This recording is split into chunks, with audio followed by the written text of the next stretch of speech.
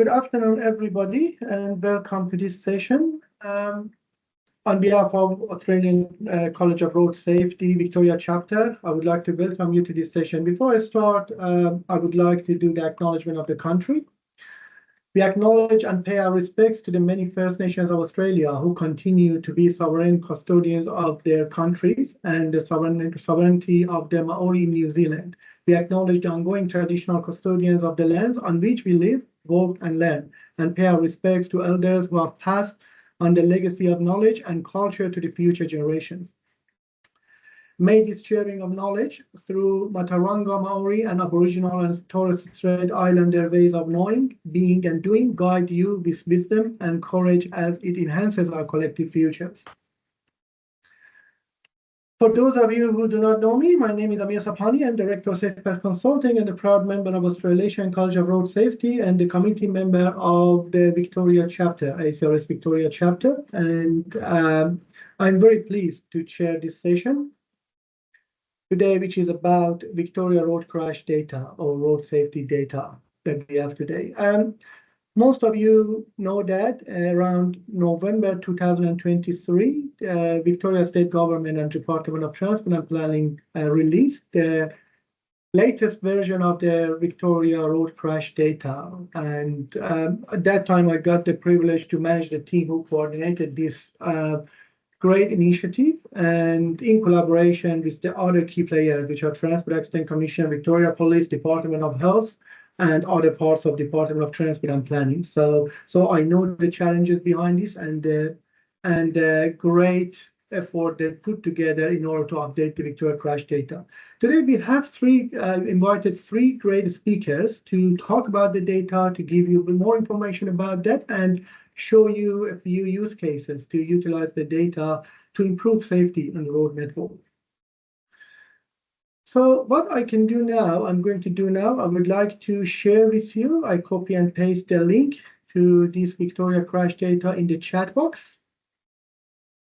So in case you have not encountered this information, so you know where to get the data, I just shared that in the chat box. And as I mentioned, we will have three presenters today. I will introduce them one by one, ask them to do their presenters, and then we will have a question and answer session at the end of each presentation and also at the end of the session if time allows.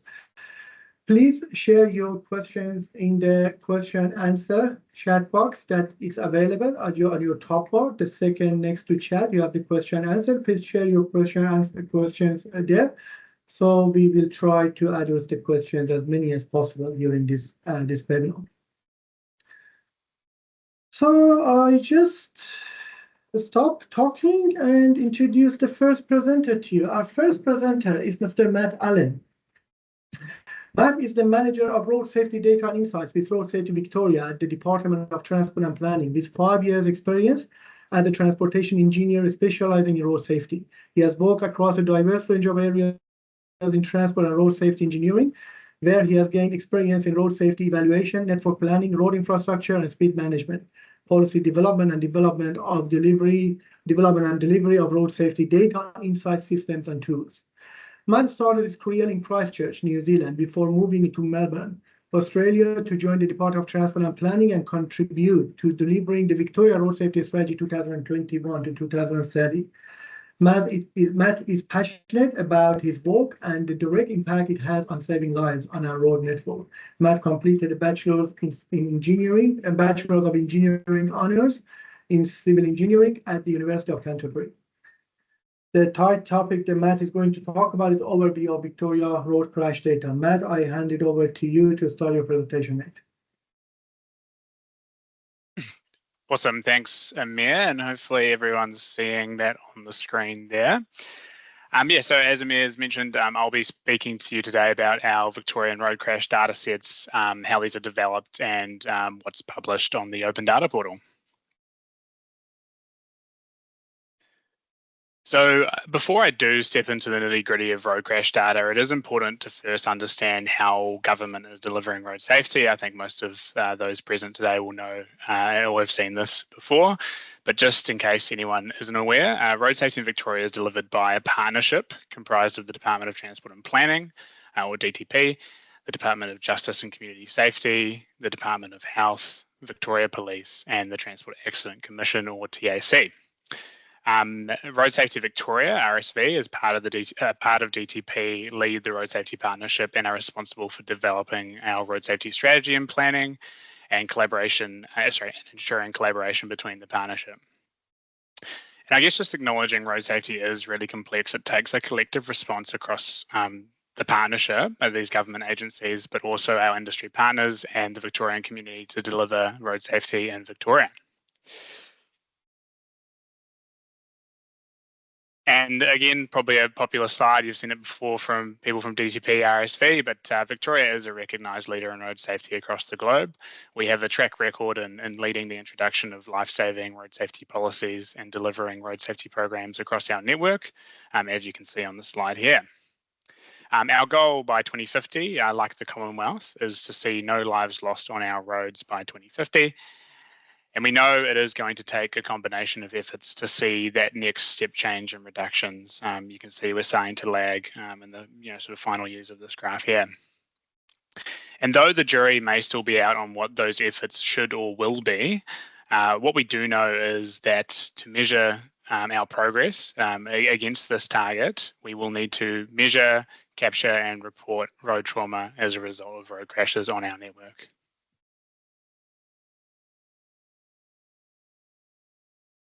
So in Victoria, multiple agencies contribute to that consolidated road crash database that does enable us to track and report how road trauma does occur on our network. And in terms of briefly how this looks as a system, there's a couple of components to it. So I guess the first is that police will attend and record road crashes, or road crashes are self-reported to the police. These are recorded in a system called TIS, so the Traffic Incident System. And police capture a range of information, a wealth of information really, around those crashes, like vehicles involved, people injured, license and registration details, etc. DTP then receive these road crashes from TIS and through VicPol, and we further code and validate this information against our network to produce a really comprehensive, structured and cleaned road crash database.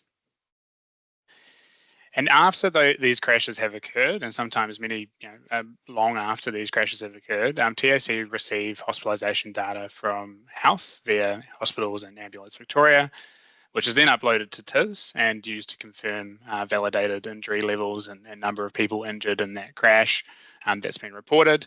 And then this comes back through into RCAS and those crash records are updated, which makes sure that we do have an accurate record of, I guess, the degree of injury that we're seeing as a result of road crashes on our network.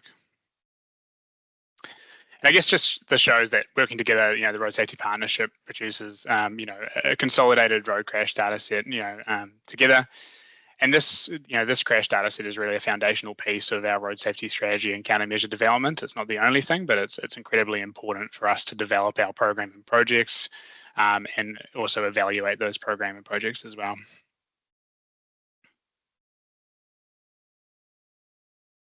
And as Amir mentioned, in December 2023, or November, I'm pretty sure it was December, it's titled on the screen there, in December, we updated the Victorian Government's open data portal with the latest validated road crash data. And we've also committed to maintaining and updating these data sets every month to provide practitioners and external users a comprehensive and up-to-date view of historic road crashes in Victoria. And as Amir mentioned at the start, he's kindly put the link to that website in the chat, and I recommend you favourite that. Now, I guess a key important bit of information is that it will be updated every month sort of on schedule, but with a 7-month lag to allow for that process I explained in the previous slide to happen and to ensure that the road crash information we do publish is as accurate as possible, because otherwise those records will be changing month to month. I'd also like to take the moment to encourage, I guess, everyone to browse that open data portal in your own time, because there is actually a wealth of information there made available to the public across government. For example, at Road Safety Victoria, we also routinely publish our speed zone and signs data sets on the portal, and that provides a comprehensive view of speed limit settings across Victoria at a point in time. So yeah, lots of really useful information there. So I'll just go through, how our road crash data is structured, and then sort of how it's published on the website as well, just to give some context, because it is probably unfamiliar to some around how it's all sort of structured and modeled. So in terms of what's there, in terms of how our road crash data is structured, there are 9 tables that explain a component of that road crash. Those 9 tables are shown on the screen. And each of those tables then has a set of unique identifiers or sort of primary keys that are used to relate those tables to each other, using sort of whatever, analysis system you're capable or confident in using. And just going through each of the 9 tables, the first table is pretty core. It's the accident table. So it's really what describes the event itself. So it gives a lot of information around the date and time of the event, the severity, the location, how the crash occurred, so the crash type, and some information on the road it occurred on as well, with roads it occurred on, like road geometry and speed zone. And that's a sort of master table, and you can sort of see that it's related to every single table. So that's one of our keys. Stepping down, we've got our person table, which again is a really, really important table. So that gives a range of information on the people who are involved in each crash. So that will include things like the age, the gender, the injury level of that person, noting that, a fatal crash might have a range of injuries of different people involved in that crash. So yeah, a really important one. And it does include a unique identifier relating each person to the vehicle they were in the accident, if relevant. So for example, pedestrians won't have a vehicle, obviously. And I guess that then is linked through to the vehicle table. So that's again a critical table. It talks to the vehicles that were involved in that crash. It provides a range of attributes like vehicle type, make, and manufacturer year, which are really important for explaining that sort of pillar of road crashes. Moving through, the node table and accident location table sort of together are quite important. They provide the location where it occurred on the road. If it was an intersection, it will give multiple roads. And then it will also provide a pretty key one, which is sort of lat-long references, so that you can sort of map and understand where exactly crashes are occurring across the network. Moving through, we've got a couple more supplementary tables that explain crashes. So the accident event table talks to the mechanism of the crash, so the sequence of events. So for example, did the vehicle leave the road and strike an object or strike another vehicle, and sort of how did that actually occur on site? And then we have some weather-related tables and road surface condition and atmospheric conditions. So whether the surface was wet or dry, whether it was raining or windy at the time. And then finally, the sub-DCA table, if you didn't need, if you needed more information, there's some more information there for you that describes, again, how that crash has occurred and the mechanism in which it has occurred. And I'd probably just take a screenshot of that. That model is pretty key. It's sort of how our tables are all related to each other. And as I sort of said, they all have those unique keys in between them that enables you to do that relationship.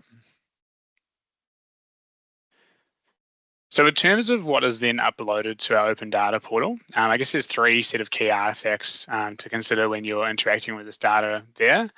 So the first is obviously the 9 tables I've just spoken to. They're individually uploaded as shown here. And the reason we do that is it provides users the flexibility to, I guess, download and consider only the tables that are relevant to their analysis. So a lot of road crash analyses can be done through the accident table alone, or even accident related to person. So it just gives that flexibility that you're not having to bring in all the data, link it, and do all that sort of stuff if you don't need to. If you do need to, we also provide a single consolidated spatial file, which is in a GeoJSON format. So it's that bottom one there in the red emblem with the geo, if you can sort of see that. And that's a single flat file that provides a summary of individual accidents and a range of sort of key attributes that are derived from each table, just to provide that summary view. 80-20 rule, it captures most of what we're trying to do in terms of road crash analyses. And then just like a really important one that I think tends to get missed, but it's pretty critical to understanding this road crash data. So there's a comprehensive metadata file that you can find in the additional information section at the bottom of the page. And this includes essentially every definition for each attribute in each table, and then each option for those attributes in each table. So just a range and wealth of information and how you actually, I guess, explain what is happening in that road crash data. So for example, one of the important ones is the DCA codes, which are definitions for classifying accidents. And that's what we use in Victoria to sort of give a number system to each crash to really explain the sort of simple mechanism and how it's how it's occurred on the road network. And that can all be found in that one flat file. So yeah, definitely recommend accessing that and having that on hand when you're doing crash analysis.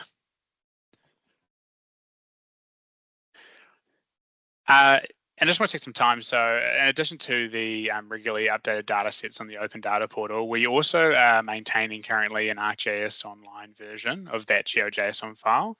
And that was, following some feedback around the accessibility of just those 10 tables that we host on the Open Data Portal. So this ArcGIS online version you can access through the description there. It says you can visualize this information here. If you click on the link, it will take you to essentially a single mapping version of that data. And so you can basically sort of, scan into locations of interest and click on and interact with crashes in that sort of one layer. And it's modeled off the GeoJSON, so it's the sort of same data you're seeing there. It has next slide. I'll show you it does have a range of other really useful capabilities as well. But yeah, this is a top tip, I think, if you're wanting to just quickly, go to a site and look at sort of location-specific information. One of the other key ones, key secrets, I guess, out of this one, and as a top tip, is essentially you can press download there, and you can download that file into a flat CSV or Excel. So if you don't want to, if you maybe don't have the capability to do the data linkage in Excel or Power BI or whatever you're working in, you can just download it there to Excel, and then you've got a flat file that you can work with there, which is pretty useful. And then the other is down the bottom there. I want to use this. If you click on that, you can go to what's called a map viewer, and you can actually create a custom map online if you're wanting to present a certain thing.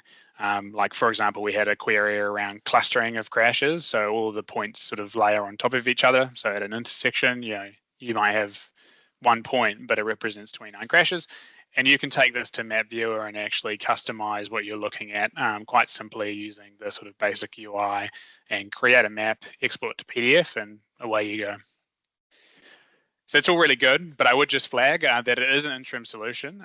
We are exploring, moving towards integration with Digital Twin Victoria, which is a very similar sort of platform, but that hosts a range of other Victorian government data sets, and we just see, it's a good integration opportunity to have our data hosted there and able to view it against things like planning layers, live data from network ops, those sorts of things. So I think there's lots of opportunity for moving to that. So we will maintain this, and we'll try and make it clear when we do move away from this ArcGIS Online version. But for now, it is a really useful tool for interacting with our crash data.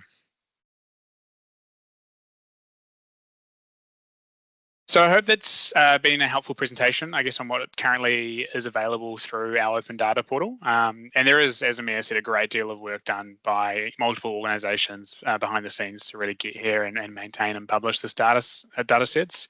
I guess in terms of our forward plan for this data in Victoria, one of the core ones for us is going to be maintaining this data set on our Open Data Portal. So making sure we maintain its quality, its accuracy, and its currency, and make sure we're doing those rolling monthly updates so that people are able to get, complete periods of crash data when they become available.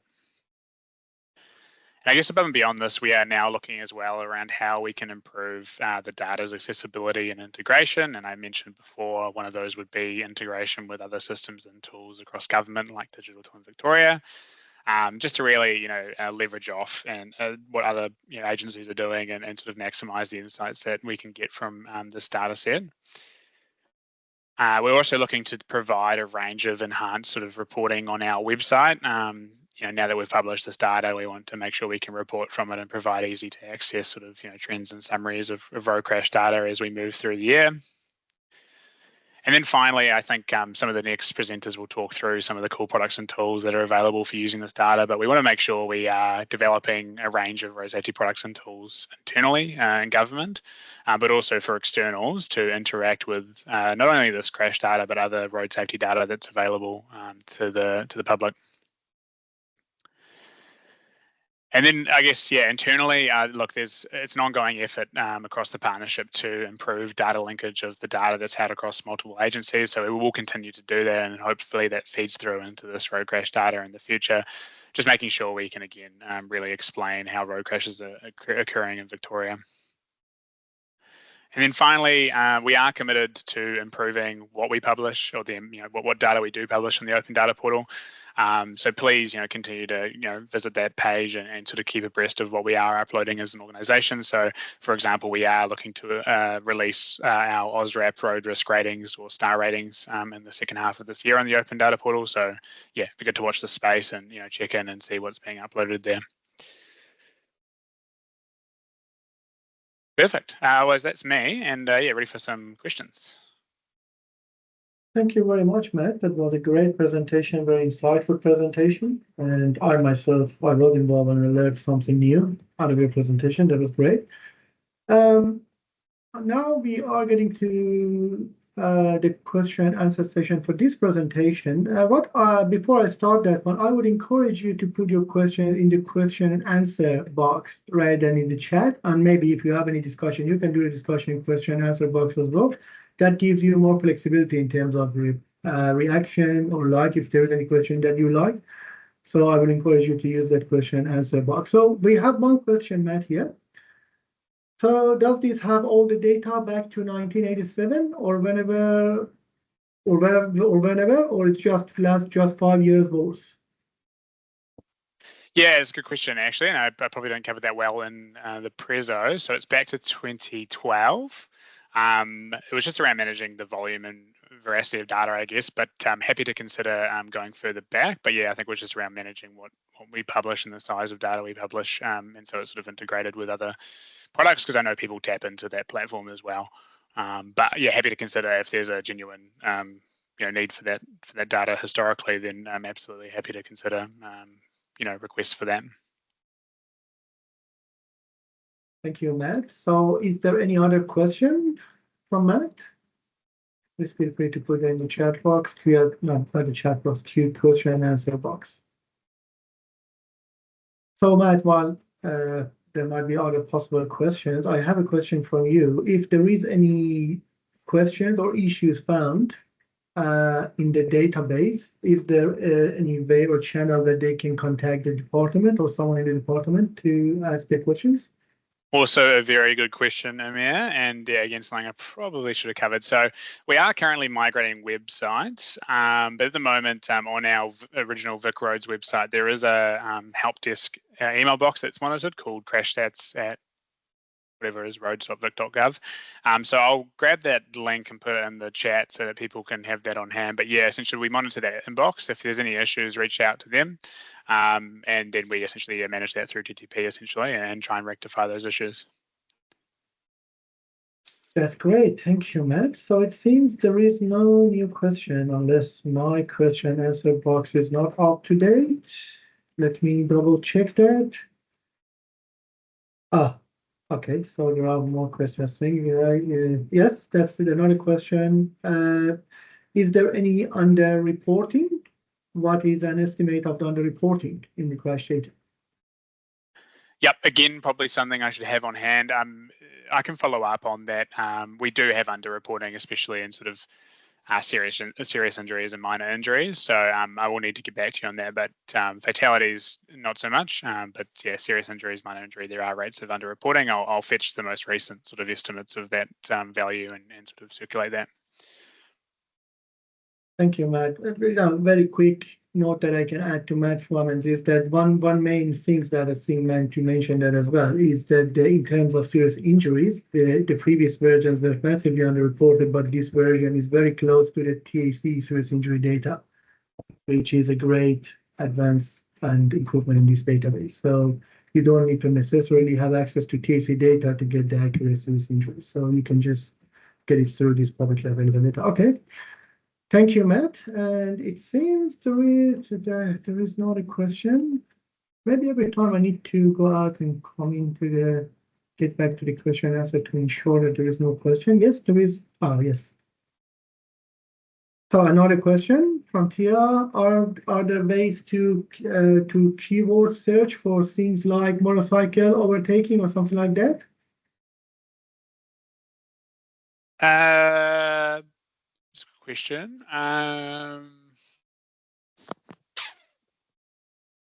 It wouldn't be like a keyword search. No, I don't think in the way we host this data set, no. But again, I'm just trying to think motorcycle overtaking. Like you essentially need to build your query based on probably multiple attributes. So DCA codes and then vehicle type would probably be what you'd do there. But I don't think there's a keyword search as such. We don't have a sort of narrative published there, to my understanding. So yeah, it would be a sort of build your query based on a range of attributes to get that outcome that you're wanting. Thank you, Matt. So, and I get the last question. Do you get minor crash data from insurance companies as well? No, not at this stage. But look, we are working on our sort of data optimization roadmap internally, and then that's definitely on the agenda as a way we can sort of improve those minor injury crash sort of reporting rates. Great. Thank you very much, Matt. At the end of the session, we might have more time for more discussion about this topic. Thank you for your insightful presentation. So we can now move on to the second presenter. We have Mr. Henry Lim. Let me introduce the presenter first. Henry Lim is a program manager of the Safe Local Roads and Streets program in Department of Transport and Planning in Victoria. He is supporting local governments in identifying the road safety network risk and infrastructure treatments under this program. This is a very humble bio from Henry. I used to work with Henry for several years, and he's a great professional in road safety and worked in different fields of road safety. And I had the privilege to learn from him and work with him before. Okay, so the topic Henry is going to talk today is road safety in LGA's road network. So on this note, I'll hand it over to you, Henry, to start your presentation. Yep, thanks for that, Amir. So yes, I am the manager for the Safe Local Roads and Streets program. So I'll give a bit of an introduction to the program itself and what we're doing in Victoria. So we have a very large local road network. It makes up about 90% of the network, and it has about 40% of the fatal and serious injuries on those roads. So the Department of Transport and Planning is working with TAC to invest a fairly large sum of money, so $210 million over 4 years, to basically support local governments in placing infrastructure works on their roads to kind of reduce the risk of their network. So a lot of that, so about $200 million of that, is for infrastructure works. We have $10 billion to support local government capacity and capability, and that does include the development of evidence-based planning tools. So things to look at in terms of the crash statistics, tools that look at risk modeling and all of that. So basically producing those kind of tools to support local governments in identifying where to invest on the network. So we have a few tools that we'll kind of showcase today. So the first one is the road trauma fact sheet. Essentially provides an understanding of the FSI trends within a local government area. We have collective risk, which allows you to look into your top highest risk corridors or intersections along your network, and it allows you to kind of start ranking your road network based on crash history. And we also have a spatial app, so basically utilizing what Matt has just basically presented, providing that in an easy format for local governments to access and identify where their crashes are occurring. So in terms of the trauma fact sheets, it does provide a key fatal and serious injury trend analysis of the local government area. We do give every local government this fact sheet. So essentially we produce this fact sheet provided to local government. It allows them to look at the systemic crash problems they have in the area. So we can break it down by intersection versus mid-blocks, by user type, by crash type, based off the data that's available on the open data platform. And we actually compare it against very similar local government areas. So this allows us to understand whether or not local government is under or overperforming in certain crash types, and it allows us to start looking into identifying where to target the investment under our program.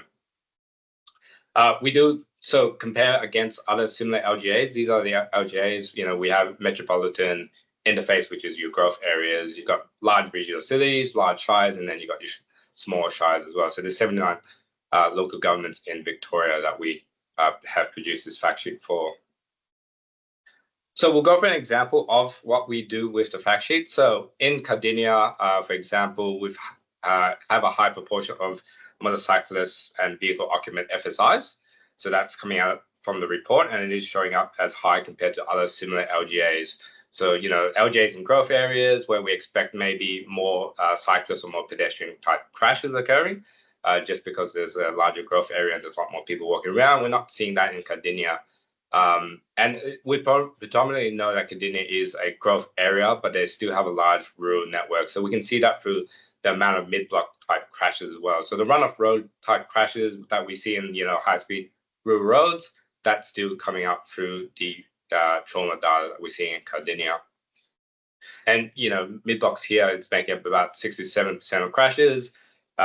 In most similar interface type local governments, it's about 40, about 55% to 60%. So a very high proportion of mid-block crashes compared to other growth areas. And we do rank them, so color code them, so we can rank them against other councils. So once we review what's in the fact sheets, we do use collective risk to kind of delve deep into specific sites. So, being able to understand where to invest at the high level using the fact sheets, and then using collective risk to kind of delve into the individual sites, individual, intersections or mid-blocks. So collective risk highlights where, we have the highest number of fatal and serious injuries on an intersection or mid-block. We basically help determine where we start looking into investing on the network. So it's essentially, looking at your top highest risk roads or highest risk intersections, understanding whether or not we've done any investments in there. And if not, starting to look into whether or not we can put some infrastructure type work to reduce the amount of trauma we're seeing in those sites. What we actually do as well is we add global trauma indices to estimate the expected FSI equivalent. So what we do in this space is essentially say, we have a lot of crashes occurring on an intersection. Maybe not all of them are fatal or serious injuries, but there might be minor injuries, but they are coming through the RCS data, for the open portal data. So what we do is we apply severity indices, and what we bring in the indices is essentially we look at every type of intersection or every type of corridor across Victoria, and it's also its environment and speed limit. And we apply a factor. So we have a severity indices, which is essentially all fatal and serious injuries divided by all injuries. And we apply that factor against every single type of crash that we're seeing on the network. So we can start to see basically on a local government area or the high-risk crash sites based off its history, whether or not it's produced fatal and serious injuries before, or if it's got a lot of minor injuries. And what we're seeing is, eventually one of those minor injuries at a certain point will produce a fatal or serious injury if you don't do anything at that site. So for example, here in Cardinia as well, we've got Brunt Road. It's the second highest road in the collective risk report. It is an urban road in Cardinia, 3 fatal and serious injuries, 5 minor injuries in 3 crashes. The FSI equivalent is 2.7, so basically saying that if you don't do anything at this site, we still expect to see fatal and serious injuries going forward in the near future. The reason why it's coming up as high is because it's only 1 kilometer long. So for such a short segment of road, it has a lot of fatal and serious injuries, a lot of minor injuries. We probably need to do something at that road. And it is coming up as a high risk, so it's the top 5% of mid-block crashes in Victoria. So once we know, the sites and the priorities in the collective risk tool, we can start, using this to basically go through and look at the actual crashes themselves. And we use the spatial app for that. So basically the same GeoJSON file that Matt's provided in the open data portal, we have mapped it out, provided to local governments, and basically, allow them to easily see where the crashes are occurring and what type of crashes are occurring as well. So in the spatial app itself, it allows councils to explore the risk in the area. So what we do have is we have a crash data, but we also overlay that data with other safety metrics as well, such as the speed limits that we have on the network, the bicycle routes, heavy vehicle freight routes, and we have road risk ratings as well. So making sure that if we have risk models out there that are more proactive in nature and aren't as strictly related to crashes, we can at least provide a tool to say you've got crashes here. What's the risk rating here? Do they align? Is there something that we need to do in this space? And we've produced this app so that we can have the bare basic simple GIS tool available for all local government. So whether or not a local government is well resourced in GIS, or whether or not there's only one engineer that's managing the whole network, at least they have a simple tool that they can access and that has all that information for them available at their fingertips. So for the same example in Cardinia for Brunt Road, as you can see, as we zoom in onto Brunt Road itself, we can start seeing the crashes that are occurring. This is the same data that's available from what Matt has presented. We can see that there's 2 crashes here in this location, off carriageway to the left, which is a DCA code of 170, minor injury, and we've got a rear end, so DCA 130, which resulted in a serious injury. So we can start developing, treatments for those locations to kind of reduce those kind of crashes occurring at that site. So just before I finish, we are trying to move away from using crash history to identify where we are putting infrastructure in. We know that crash history, there's abundance of evidence to say that there's still risk on a network, even though you don't have that crash history. So we are trying to use more proactive tools to identify risk. So the 2 main tools that we're, I guess, leveraging at the moment is infrastructure risk rating, fairly simple way to risk rate your network. It uses your road attributes, and we have a model that's applied across the state. It's not perfect, but it is a model. It is a good way to start having a conversation around the risks on a network when you don't have crashes available to review and look at. And we are using, new data such as Compass IoT connected vehicle data. Really good to understand the 85th percentile speeds across most of Victoria. And this helps us in understanding, where your highest kinetic energies are on the network, and really understanding to, potentially reduce speeds in areas where, you've got a conflict between pedestrians, or you've got, high volume of vehicles on a undivided road that couldn't support 2 vehicles going side by side, increasing a head-on crash risk. So we are using more proactive tools, and we are trying to, obviously leverage more data that we can to kind of support councils in developing infrastructure projects. So thanks for that. Any questions? Thank you very much, Henry. That was a great presentation, and it's great to see all these great insights are created under your leadership and shared with the relevant stakeholders and that. So very insightful. So we have a couple of questions actually here. So Tia asked, in this example, is the FSI still including all hospitalized, or is it now MACE 3+? I'm not sure, Tia, this is a question to Matt or Henry, but since that's talking about example, I would say that's a question to Henry, because Henry provided examples here. So Henry, would you please respond to that question? It's a good question. Matt probably knows about the minimum requirements for serious injury. We're still in Victoria. Serious injury is defined as admitted to hospital. So this is hospital admissions. So it's not MACE 3+. Obviously, internally we can use that to look into severity of those serious injuries, but there is some privacy and essentially privacy concerns for publishing that data at the moment. So at the moment it's still hospital admission. Thank you, Matt, for clarifying that one. Maybe this is coming from the statement that I made, the comment that I made, Matt. I said you don't need to get access to TAC data. Still, for MACE 3+ ISS, you need to go to TAC. They are the owner of that data. This is just the accuracy of serious injuries I mentioned. You don't need to go to TAC on that. Okay, great. So the next question is from Chris Davis. Are these data, maybe the similar question asked by Chris Jurovics, are these data sheets available to practitioners, Henry? I'm sure I've heard from both Chris's before. I'm trying to get access to this data sheet. So at the moment, no. I think we are trying to work towards a version that's probably more interactive. So at the moment, it's just the data sheet, trauma fact sheets are a static PDF page. We do need to update it with the latest crash data that we have in the Open Data platform. Once we do that, once we have an interactive version, we can look into providing consultants access. I think, considering it's open data crash data that's available to the public, it should be available to consultants, but we still need to work through that. So unfortunately, I can't give you an answer to this at this time. Thank you, Henry, for that one. And is there any other question? So one experience that I can share about this fact sheets, I was talking to Paul Mueller in City of Hume, and he was just thinking about getting some information about their council. Then I linked him to Henry, and Henry provided a great fact sheet to them, which I believe now it can help them to just prioritize safety in their LGA.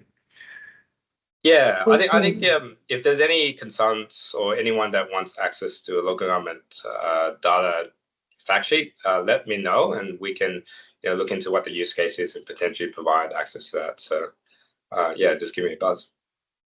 Yeah, those are great fact sheets. I just reviewed one of them, and you provided great insights about the LGA if they would like to get access to that data.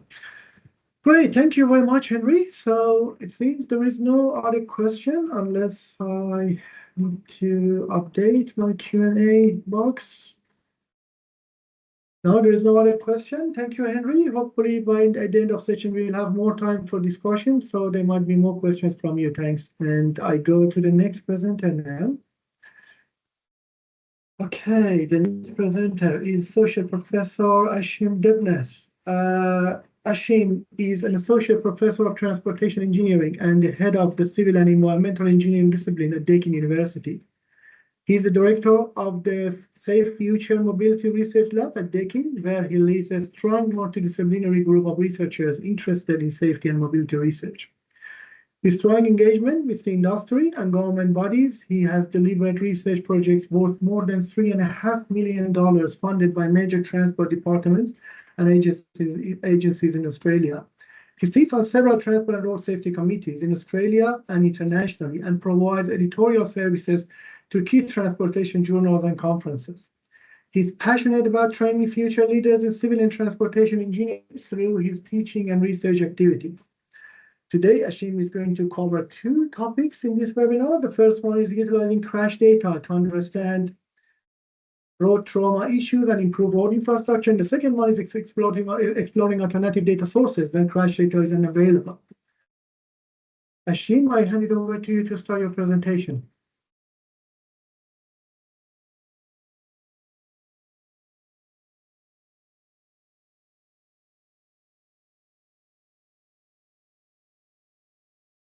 There you go. I have to unmute myself. Hopefully, all of you can hear me okay, Amir?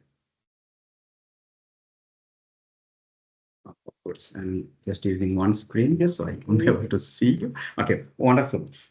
Thanks everyone for joining, and it's great to hear from Matt and Henry about this exciting development that's happening, has happened, and will be, further improving about this data set. Of course, in road safety, we know that every data that we have is gold. And I think the more improvements that we can make this to make it accurate, to make it less prone to errors or underreporting issues, we will have better outcomes for our analysis and the different projects that we do. When SCRS and thanks to Amir for approaching me to talk about the different use cases of crash data and alternative data sources, then I kept thinking that, okay, how can we use the crash data? And the short answer is that in many, many ways. Okay, how much can I cover in this 20, 30 minutes? Not much. So what I will try to do is to provide a very high level overview of some common usage of this data. You need to keep this in mind that I'm a researcher, I'm an academic researcher. So majority of these use cases may lead towards research primarily, But of course, we have heard from Matt and Henry about different ways of making this more practical usage. I will try not to go too much in depth about the methodologies and so on, but I'm always happy to have follow-up discussions with anybody who is interested about the different types of methodologies that I will talk briefly throughout the presentations today. Okay, so with that, of course, we all have heard from Matt about the crash data sets, but just I want to highlight a few points. This data set is great, is validated from multiple sources, provides us information related to the crashes, the locations, who are involved in crashes, their vehicles, and many other things. So these are great stuff. When we do any projects, when we do research with this data, some questions that I ask myself, are all types of crashes included in this data set? If I have a property damage only crash, is this included? The answer is no, right? Because this is not included there. So before we use the data, it's very important to know that what is included, what is captured. So a particular student in 1 year, they were looking at crash data set from another jurisdiction, and they're saying that they had a sudden drop of property damage only crashes because that jurisdiction has stopped recording this at some point. So knowing that context of what is included, what is the scope of the data set is important. Knowing the different severity levels is important. Knowing what the potential underreporting issues are, and some common examples would be about the bicycle crashes, an area that I work heavily in, particularly the single vehicle bicycle crashes that does not result in any kind of injuries. We may not see a great lot of reporting of those crashes. And this can translate to many other types of crashes. So whenever we're using the crash data, is the first question to me is that, okay, knowing the context, what is included, can there be any underreporting issues? And if there is, of course, it's difficult to go back for me to and go and fix that underreporting. But knowing that context is important to interpret the results or the outcomes that I get from the analysis of the data. Then the next question is that this data set is great, it's wonderful to have it, but is this the only thing that I need? Do I need anything else? Sometimes, depending on the context of the analysis, I may need to add traffic data to this. For example, I'm analyzing something related to an intersection. I may need to know about the approach volume. And Matt has identified, has shared that the open data set has got more than the crash data. It has got AADT of some particular roads. It has got information about speed zones and many other things, school zones and so on. So adding those data to the crash data makes it rich, makes the contextual information rich, so that I can build the stories, I can build the data to tell the stories in a more comprehensive way. I also look at what are the other contextual information that perhaps I could add to this data to make this more useful for the particular usage that I'm thinking of. So I will talk about a particular use case that one of my students at Deakin has recently completed her PhD. So I'll share some details about how we included additional data to the crash data set and derived outcomes out of it. But before I do that, at a very high level, how can we use the crash data? We have already seen some applications that Henry has presented. Matt has also talked about different ways of using it. But from a research point of view, from analysis of the data point of view, I guess the two common usages, there are hundreds of papers published on crash frequencies and injury severity. So what we do, let's say in the crash frequency analysis, we try to identify where crashes happen. What are the factors that contribute to the crashes?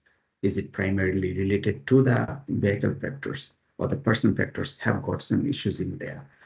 Is it related to the geometric factors of the intersections of the road sections? So we can look at a variety of characteristics and try to relate those with the number of crashes that has happened at a particular location. It could be an intersection, could be a mid-block section, could be any location that we are interested in. And the use case that I will present shortly, a little later, would be related to a crash frequency analysis. We can also analyze the injury severity of those crashes to know which factors are mostly contributing to fatal crashes or serious injury crashes, so that appropriate treatments could be developed for those factors. So in injury severity analysis, in addition to looking at factors, we also get to understand which characteristics of the road crash involved road users, or have got higher level of severity than others. And all of these findings help us to develop different types of countermeasures. How we do this analysis? Primarily statistical and econometric modeling. And there is a large number of researchers who are working in this space. Something that I typically say that is statistical gymnastics, because the game in academia is about publishing papers, and those statistical gymnastics, help us to add something very, very little into each paper from a methodological point of view and publish it. From a practical point of view, how much of this methodological improvement actually add to the findings? That's a question for debate. So I would not be too much concerned about the methodology of improving this here and there. It's more about how we are applying this, how much we know about the data, what is the context of the data, have we included all possible contextual information that we could. Okay. Now with that, two other common usages that I'll talk about. One is, I'll start with the program and treatment evaluation, and we have seen the different ways of the aggregated level of risk. Henry has talked about compass IoT and other approaches in addition to crash data. So evaluation, as most of you and all of you know, that can happen into multiple scales.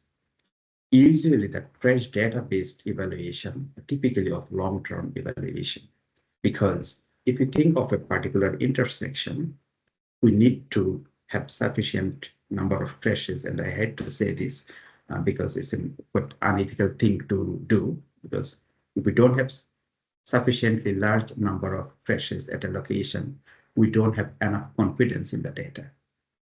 So typically this is it requires a long waiting period.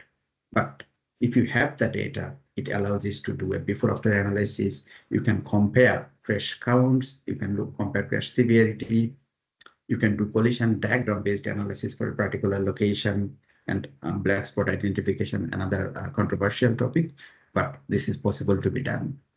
I have seen in other jurisdictions using the crash data for at-fault analysis, primarily to understand which factors contribute to the person who is most at fault in a crash.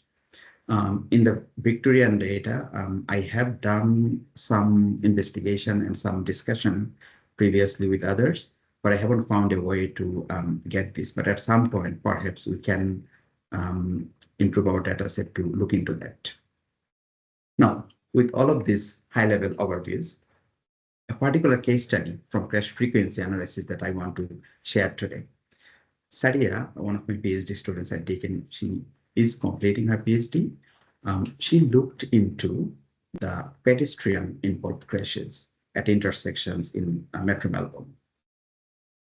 So all intersections in the Metro Melbourne, there are 3,229 intersections that we had within our scope, 31 LGAs, if you know the postcodes, 217, so quite a large area. So all of those intersections, any crashes that has happened and it involved at least one pedestrians, we included it in the analysis.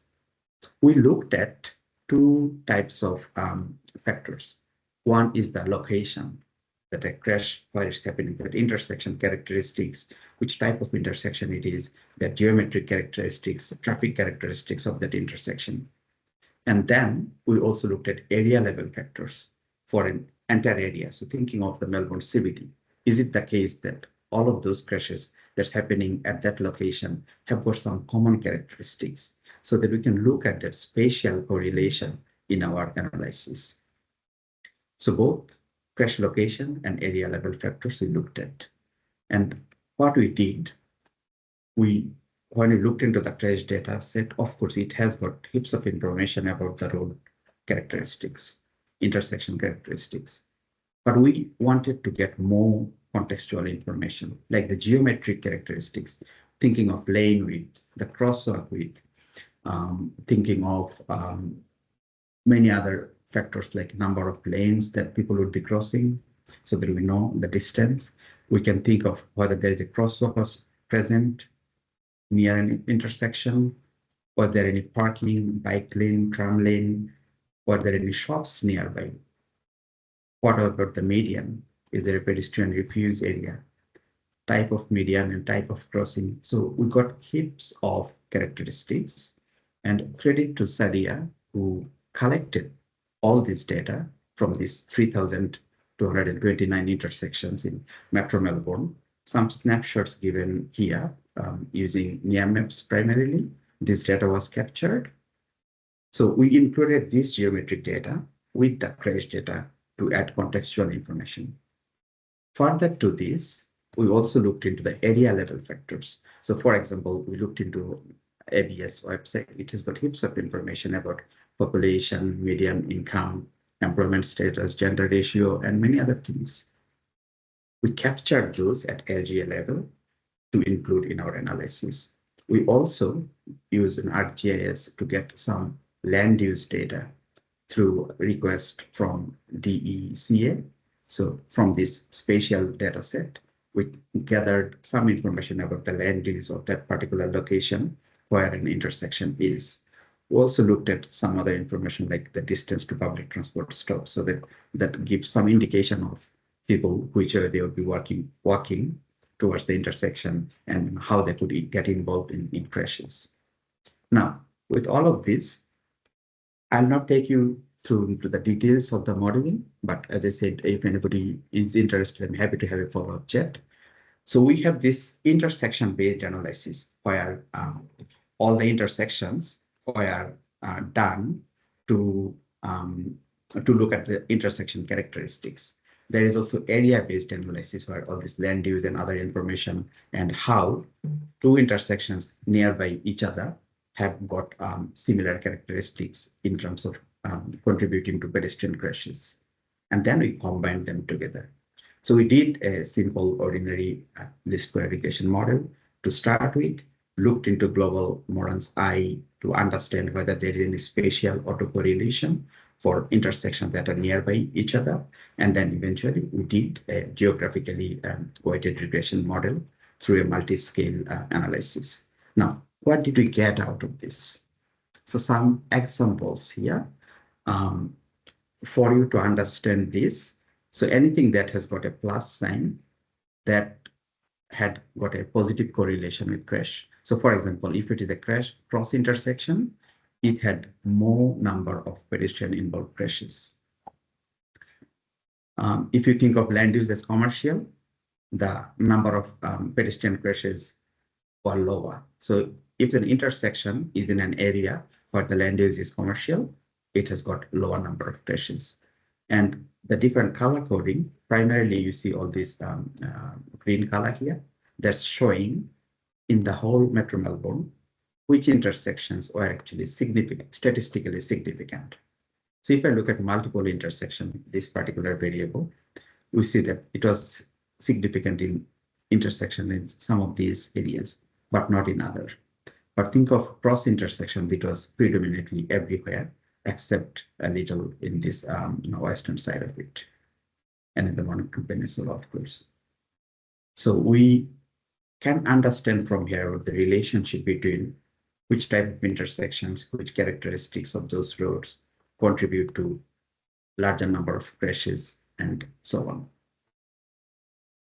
A few more examples of those factors. We looked into the presence of bicycle lane, and we did not find it significant in most of the areas except a few in the Mornington Peninsula. It would be interesting to know why that was the case. slip lane, presence of shops nearby intersections were sort of everywhere, but it had opposite effects. One got positive, one got negative. Tram lane, crosswalk length, and we had many other factors in our model. I'm just showing a few here. Always happy to discuss with anybody, after the presentation or at a different forum about now why the findings are like this. Some of these factors we are still trying to figure out what actually happened, why the relationship is positive or negative. So happy to discuss further on this. But before I move on, at an area level, so when we thought of the average age of people who are living in a particular LGA, and we saw that it had got a negative effect on number of pedestrian crashes. So quite interesting, but it was a significant one throughout studying. Now, of course, there are many other use cases that we could think about, but I thought I share one here. And there are heaps of possibilities, heaps of types of analysis that we could do with the crash data. So kudos to all the jurisdictions or all the agencies who are involved in developing this crash data and giving us something great to work on. So I'll take a pause here and take any questions before I go into the second part of the presentation. Thank you, Ashim. That was a great presentation and excellent way of visualizing results of a complicated model that you developed for the pedestrians and the vast variety of information that your student collected and analyzed. That was phenomenal. Okay, so for the questions, I just take the first question. I think it was from Braden. Yes. Braden asked me, Braden is interested on the DTP team's experience with IRR and how they have found it performs versus OSRAP IRAP in particular, noting it has only a fraction of the required input for IRAP. I think, Braden, if you agree, I leave this question to the end to ask Henry and Matt. So this may be more related to them. So I will just keep this outstanding. I will ask at the end from them. Thanks for asking this question. And Chris, this is fundamental road safety research, fun to do. I wonder what heterogeneous effects we are seeing here. Correlations with strip shopping centers, expert interpretation is often needed for these models, right? That's a question for you, Ashim. Would you like me to read it again? Because no, thanks, Samir. I think I've got the question. Thanks, Chris. Yep, sure. This is a wonderful question. Of course, heterogeneity is a hot topic in statistical modeling. I sometimes do wonder, though, how much of these are actually adding to the findings. Okay, this is, of course, refining our findings, but how much of this addition is there? But certainly, something to keep this in mind. I can relate to your understanding, your viewpoint there that, of course, this requires expert interpretation to understand the models. But I guess with the visualization capabilities of our different modeling techniques now, there are more beautiful ways of presenting our results rather than just those numbers and tables that we used to see. So yes, certainly it requires expert interpretation, but I guess through useful visualization, the results could be simplified in a way that is suitable for any audience. Not sure if I have answered your questions. Thank you, Ashim, for that answer. I would like to echo your answer there. So that's always a balance between practice and theory and the way that we do. Nowadays, if we do not do random parameter or adverse heterogeneity, it's very difficult to publish in journal. But in practice, it's very difficult to apply that, implement that type of model in practice as well, because that makes it very complicated to do it. But Chris raised a great question. I believe you addressed that one adequately. Okay, so the next question coming from Mohammed. Thanks, Lisa, for just taking my attention to the question in the chat box. Hi, Ashim. How we define responsibility here? who is responsible for the crash. Just wondering if that does make any kind of contradiction against safe system principles. Good It question. certainly doesn't. That's a very good question, Mohammed. I believe your question is referring to that at-fault analysis of the crash data. Yes, that's a controversial area. It does contradict with the safe system principle. However, insurance companies, they have got a great deal of interest in that area. When we think of responsibility or at fault, it's actually wrong to say that somebody is at a crash. In our crash data, perhaps a nicer way of saying this is somebody who is more at fault than others. But this certainly does go against the safe system principle. But as you understand, the crash data is there. We road safety researchers, practitioners who use it for some particular purposes. Insurance companies would have different purpose of this. So depending on the use of the crash data, and given that today we're talking about use of this crash data, I thought that I include those beyond the safety analysis in here. So hopefully you got my point, why I added this at fault analysis in there. But it certainly contradicts with the safe system principle.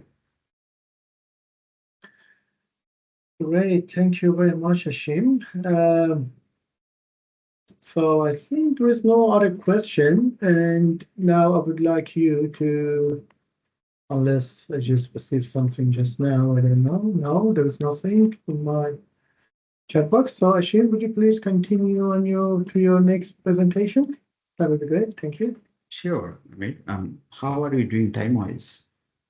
I think 10 minutes would be fine because yes, that would be 1:19. So we'll have 5-6 minutes for general questions on the second presentation, and then I need maybe 2-3 minutes to close the session afterwards. Wonderful, and we'll make sure that we have time for Matt and Henry to answer the question. Of course, I just expect that from a professional teacher like you. Wonderful. So the second presentation that I was asked to do is about alternative safety data sources. When crash data is not available, what can we do? Again, there's heaps of possibilities, and a significant development is happening in alternative data sources.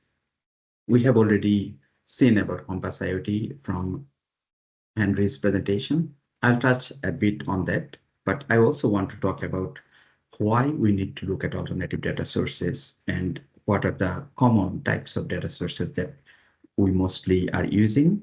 I will briefly share 2 case studies that my team was involved in. So first of all, we know about this traffic events hierarchy, the safety pyramid, the crashes, near misses, the safe interactions, and our focus predominantly has been on crashes, the number of crashes, their severity levels, and so on. Near misses and conflicts, what typically is, that was close, and mostly we move on from there. But quite recently, due to different image processing capabilities, we have started looking into that area quite in depth. Safe interactions, we typically actually don't notice those from a safety point of view. If we try to go a bit more in depth about the crashes, so these crashes, this in the tip of this iceberg, here you could see that this is further can be broken down into different areas.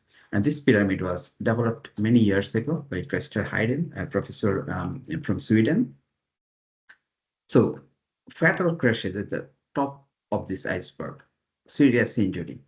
And when we are trying to focus a lot about this fatal and serious injury crashes, we are actually missing a lot about this pyramid. We're looking at a very small proportion of all the data. And that's the reason why a lot of attention has been recently given to understanding conflicts, or even those understanding different undisturbed passages and trying to get understanding from there.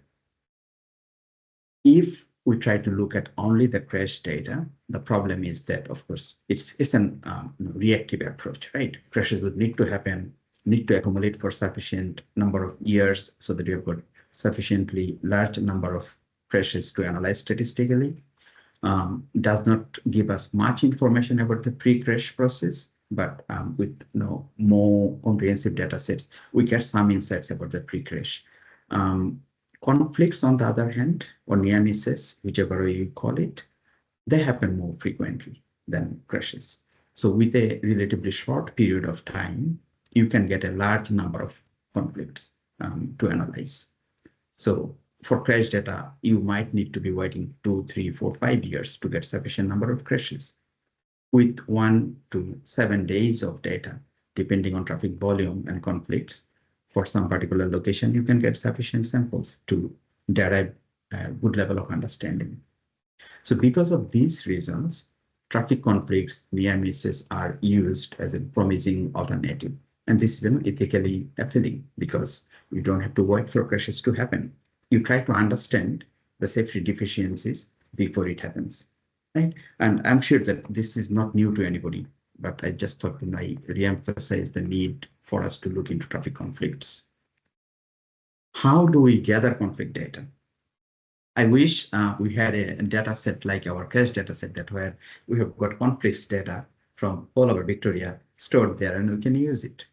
I hope at some point this will happen because all of us are collecting this conflict data. So some examples that on the screen here is shown for the setup that I have in my lab, where we have got this portable device with a camera, with a processing unit and a battery in there. And we can put this on road with permission, of course, record the videos. We can have got the capability of processing this in real time as things happen, and we can provide alerts to authorities or road users. We tested this for a particular use case for bicycle safety alerts funded by the Office of Road Safety. So these kind of cameras now give us the capability of recording traffic movement. And then with image processing, we can actually get to do a lot. We can extract the trajectories of different road users, know at a very fine general level of data.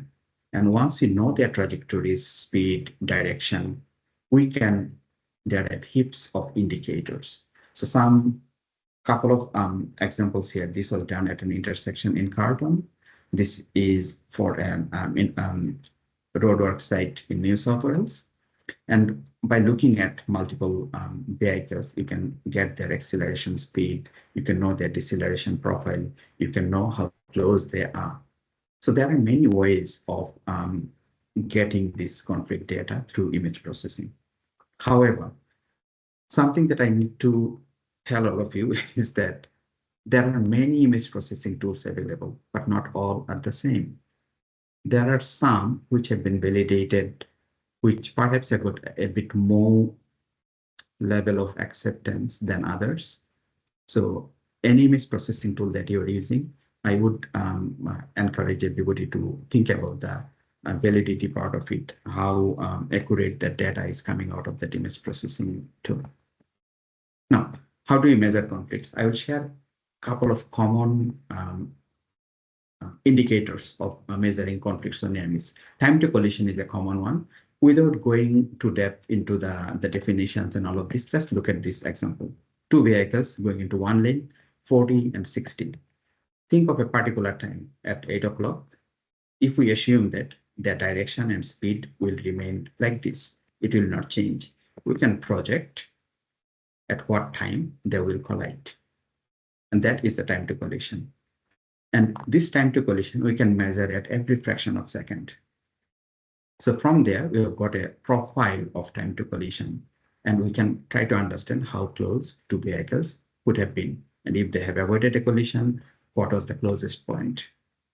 And those closest point indicators, we can actually compare with our driving characteristics, for example, our perception reaction time, to understand how close was it to a crash.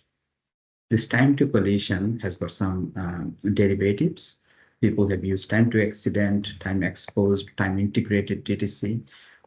If anyone is interested, always I'm happy to discuss further on those. But in a nutshell, the essence is that is just the time remaining for collision if people go at their current speed and direction. What happens here when two vehicles are coming from two opposite directions? Not opposite, to radial direction. We actually can't use TTC because they are not on a collision course. If they are not on a collision course, TTC can be computed. So we would need to look at other measures like post-encroachment time is a very common one that people use. How does it work? Again, 40 and 60, two vehicles coming from two adjacent roads. We can project the area where the common area that they might occupy, where the crash could happen. And PET is the time difference between the first vehicle leaving that area and the second vehicle entering that area. The time difference is the post-encroachment time. Again, there are some variations of it. Many other indicators are also available related to deceleration and other aspects. But PET and TTC arguably are the most commonly used ones. So how we use this? So think of this case study here. This acknowledgement to transport for New South Wales and IMO. With them, I'm leading a project in New South Wales to look into the rear end crash risk at roadwork sites. So we recorded traffic movement leading to a roadwork zone, and we looked into the TTC of pair of vehicles. You can get a cumulative frequency function just to simply see how it looks like. If we look at this little and here, because that's where most of these serious type of conflicts are happening.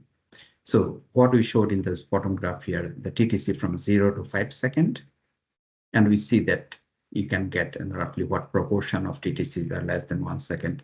Intentionally, I have not disclosed that value because this is a research in progress, but you can get a proportion of those serious conflicts. You can get a proportion of, if you don't want to use one at a different threshold, you can do that. You can do this for two different stages, before and after, and compare. So this has got heaps of applications for short-term evaluation.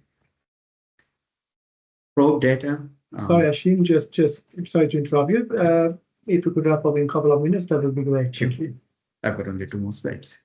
Okay, the probe data is another data source that we use. So it's primarily the satellite navigation systems. And we use this data here, this link given here, you can get more information. But a simple use case, thanks to DTP for allowing me to work on it. We looked at 24 sites across Victoria. We compared the speed coming from this probe data with the NPR and spot speed data. We found a relatively greater match between the ANPR and the probe data, but not so much for the spot speed. If you are interested to know, the connectors with 100 to 110 had actually greater level of match for those probe data. So you can use probe data for some particular applications. Connected vehicle data is an emerging area, and Compass IoT, as Henry earlier showed, has gotten heaps of applications. We have got this data to analyze for many different purposes, and developments are happening. Many current projects are there. Some future projects are being planned to examine the validity and use of this connected vehicle data. So the future is exciting for these alternative data sources for us to look into safety. Thanks, everyone. Happy to receive questions. Thank you very much, Ashim. You were quite quick in wrapping that one up. Thank you for that. So that was an excellent presentation. So talking about surrogate measures and how to use them in order to improve safety. That was great presentation. Thank you, Ashim. So, okay, so I just got one question from you, and then 2 questions. The first one from Brad and then from Blair to the panel. So first start with the question from you coming from Tia. Tia mentioned just a comment. That's just a comment, but if you have any feedback, Ashim, would be great to share. At the ARC, Tia noticed that many papers on conflict had come to collision that was way too long. When you watch the video, there needs to be a secondary check that an event is actually reflecting a near crash. It's great you are using less than a second, but that's still a long time in reality. Any comment on that? Sure, and you're absolutely right here. These image processing tools, AI is great, but you do need a validation process in there. That could be manual, that could be an automated process of validation. up to which point you look at. Some image processing tools actually allow you to put a threshold of 60 seconds, 30 seconds, 20 seconds. So it all depends on the scope of the analysis. Looking into data up to 60 seconds does not really make sense if when your interest is in conflicts with 1 or 2 seconds. So it depends on what we are trying to get. If we are trying to get a proportion of the serious conflicts, it's important to capture a broader spectrum of those conflicts to get up to a higher threshold value. The threshold to be used, perception reaction time, for example, we don't have a standardized value across all jurisdictions. Western Australia has got a different value than what we use here. So it again, comes back to for the purpose of the scope of the analysis. But you're absolutely right.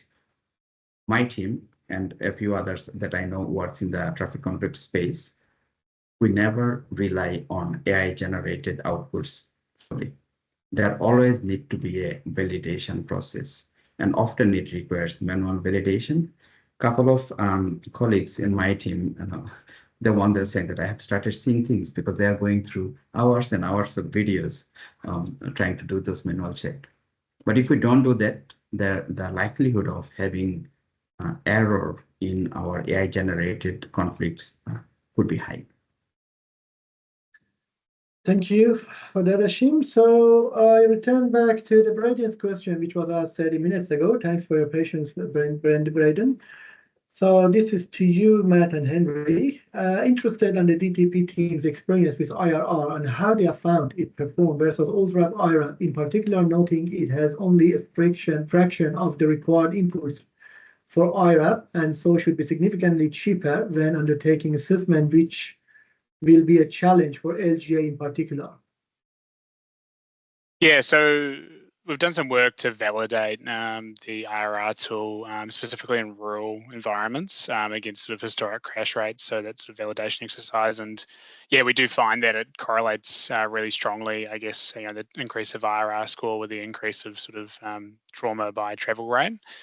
So yeah, we're pretty confident with that. And I think that's been well documented in other jurisdictions like New Zealand as well, and sort of, the Australia report as well. And I think that speaks to probably rural as an environment where, it's a little bit more homogenous and sort of, consistent, and that 10 attributes does actually, do a pretty good job at, sort of explaining the road risk in rural areas. I guess for urban, that's the question we're still trying to explore is, whether it does that for urban as well, where we haven't been able to validate our urban model is good, but that's probably more on our side around how you actually generate those model attributes. So further work to be done there, but I know again New Zealand, successfully have used IRR to explain risk in urban areas, and it's a really key tool for them for speed management and the like.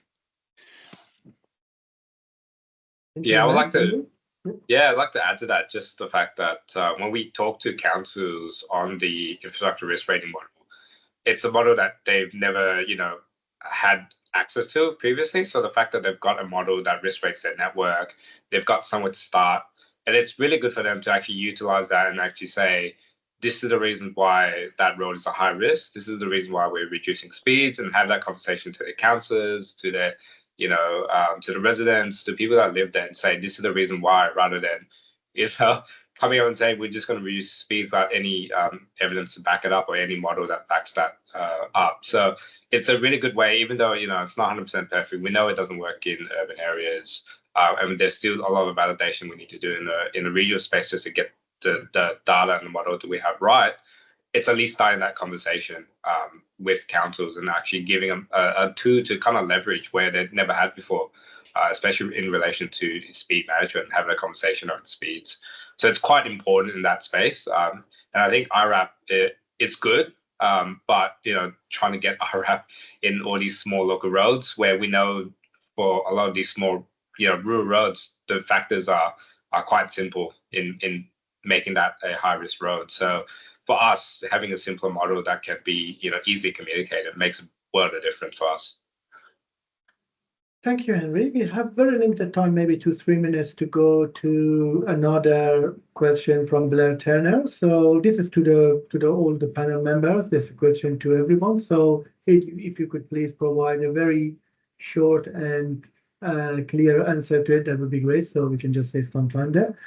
To effectively manage road safety, we need 3 types of road safety data. Final outcome, which is crash data, intermediate outcome, which is safety performance indicators such as traffic speed or etc., and outputs, which is related to implementation of interventions, like hours of speed enforcement, number of roundabouts constructed.